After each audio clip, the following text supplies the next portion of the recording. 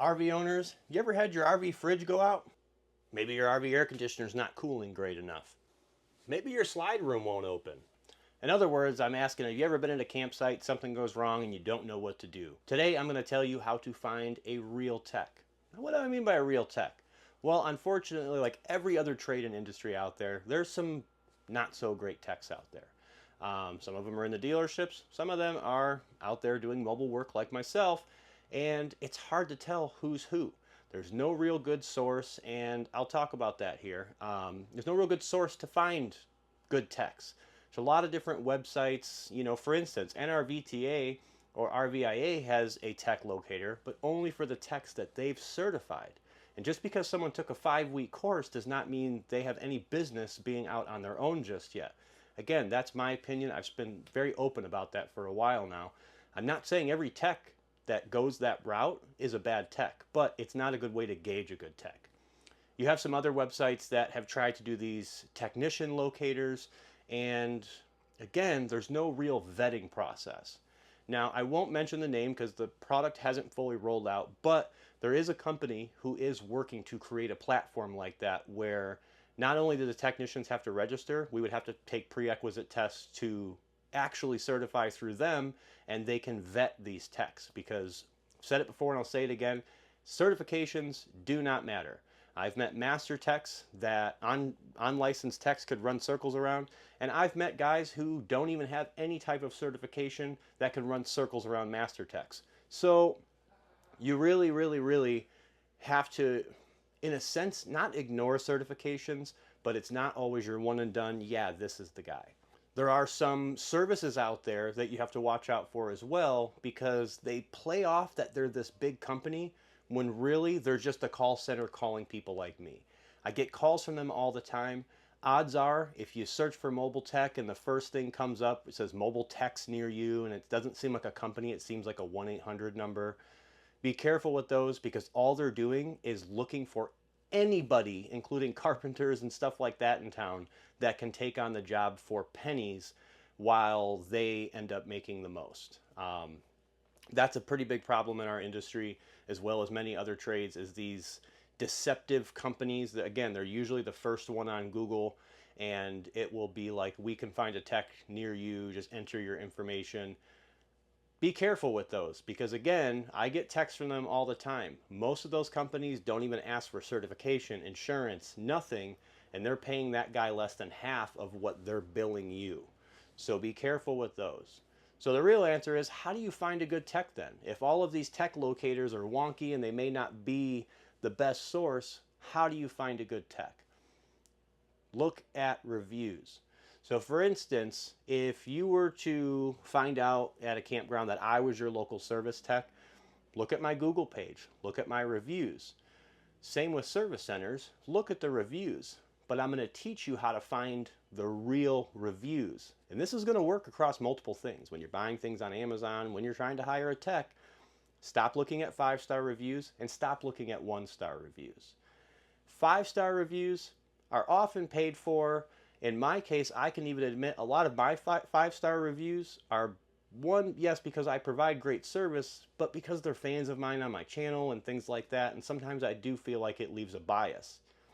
1-star reviews, you got to be careful with those too. You have to remember that if you have a great experience somewhere, let's say somewhere had good food or you got good service somewhere, you just leave happy. Odds are you don't leave so happy that you want to go on their website and leave a great review. But sometimes things don't always work great and people get upset, and those are the people really motivated to leave a review because they're irritated. So let's be honest. Not everybody's perfect. I make mistakes too. I'm going to get a bad review or two. You want to make sure they have bad reviews, but don't focus on them because you're focusing on the people who really had the energy to leave those reviews. My recommendation is focus on 3 and 4-star reviews. Those are what I always go towards. Look at the 3 and 4-star reviews because that's going to be the people being honest. That's the people who are saying, yeah, I had great service, their communication wasn't great, or it took a while to get scheduled. They really tend to leave the most information because they enjoyed their experience, but maybe they had a few things that irritated them. Or maybe they didn't enjoy their experience, but they're still willing to share the good about the company. So focus on those 3 and 4-star reviews. It is the powerhouse to actually getting real reviews. Now, on the note of reviews, I will tell you, focus on Google reviews and Facebook reviews. Those are the ones that tend to be the most honest. I personally don't recommend paying attention to Yelp. A lot of us aren't on Yelp because Yelp is a very, very terrible program to be on. They will sell all your information. They'll sell my information. I've dealt with it before. It's a nightmare. Personally, I'd recommend never to use Yelp. That's your own personal opinion. Google reviews tend to be the most accurate, along with Facebook. Again, on those 3 and 4-star reviews.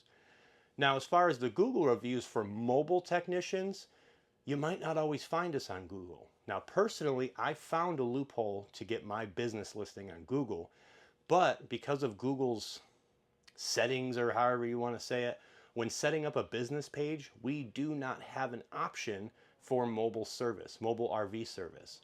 Mobile salons or mobile hairstylists have it. We do not. So my loophole to doing it is actually using the post office as my address and a P.O. box as the unit number, which allowed me to list myself as a mobile RV repair business.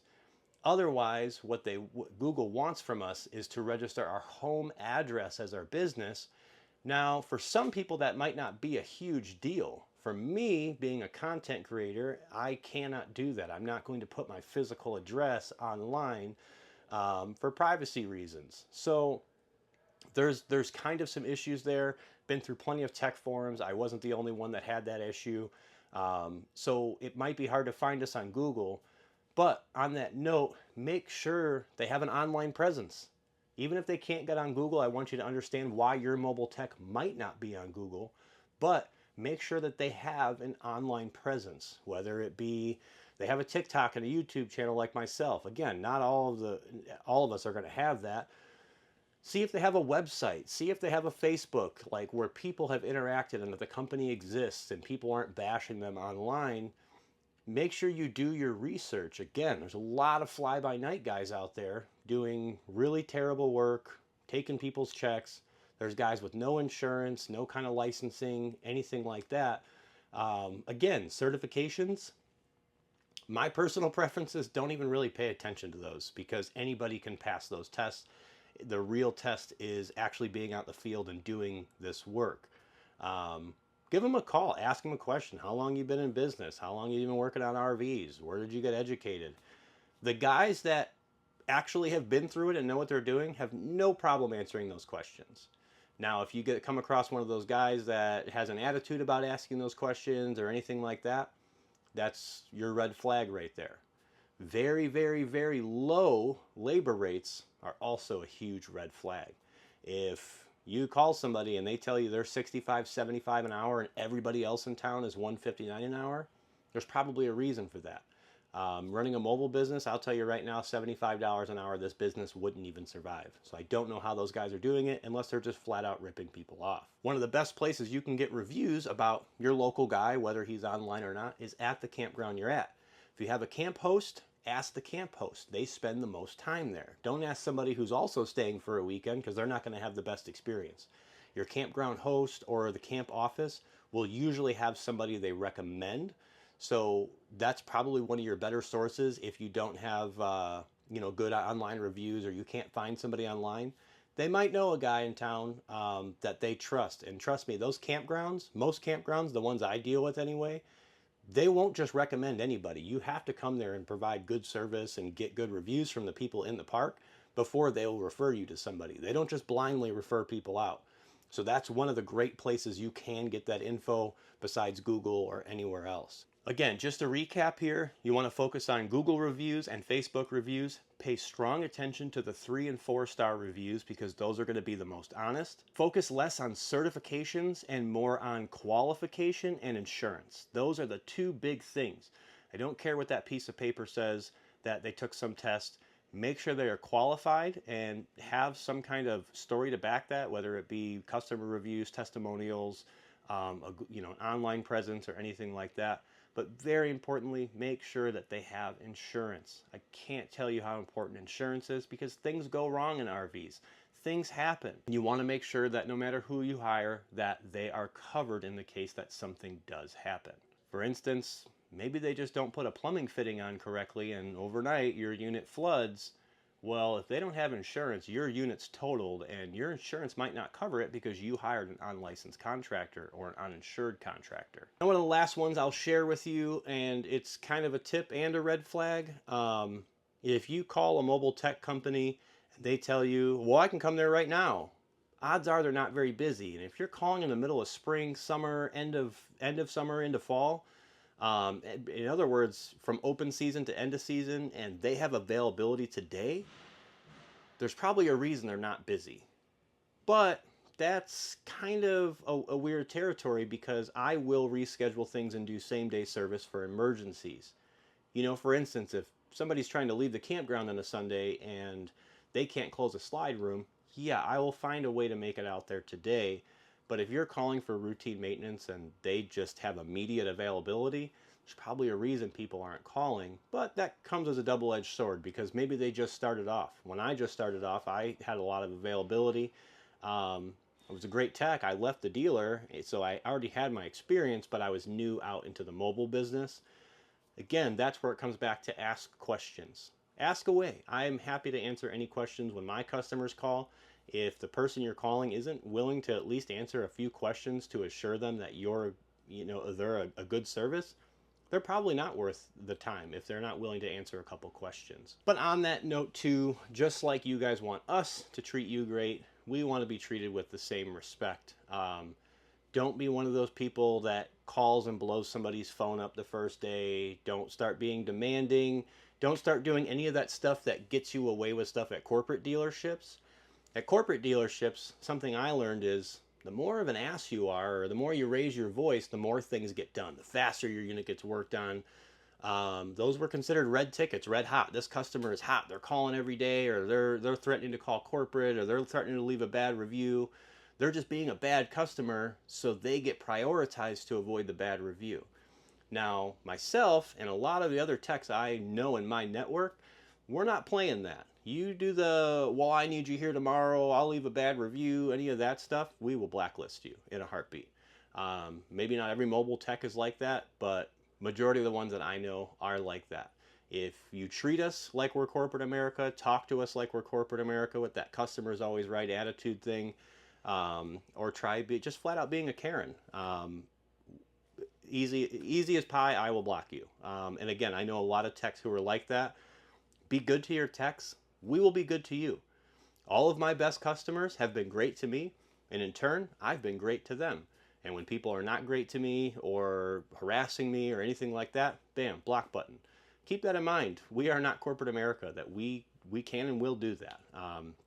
That's not like to try and sound like we're all holier than thou or anything like that. It's just a fair warning that there are some bad customers out there. Don't be a bad customer. If you find a good tech, treat your tech right, we will treat you right. Moral of the story though, don't just hire that first number you see on Google. Don't just hire anybody.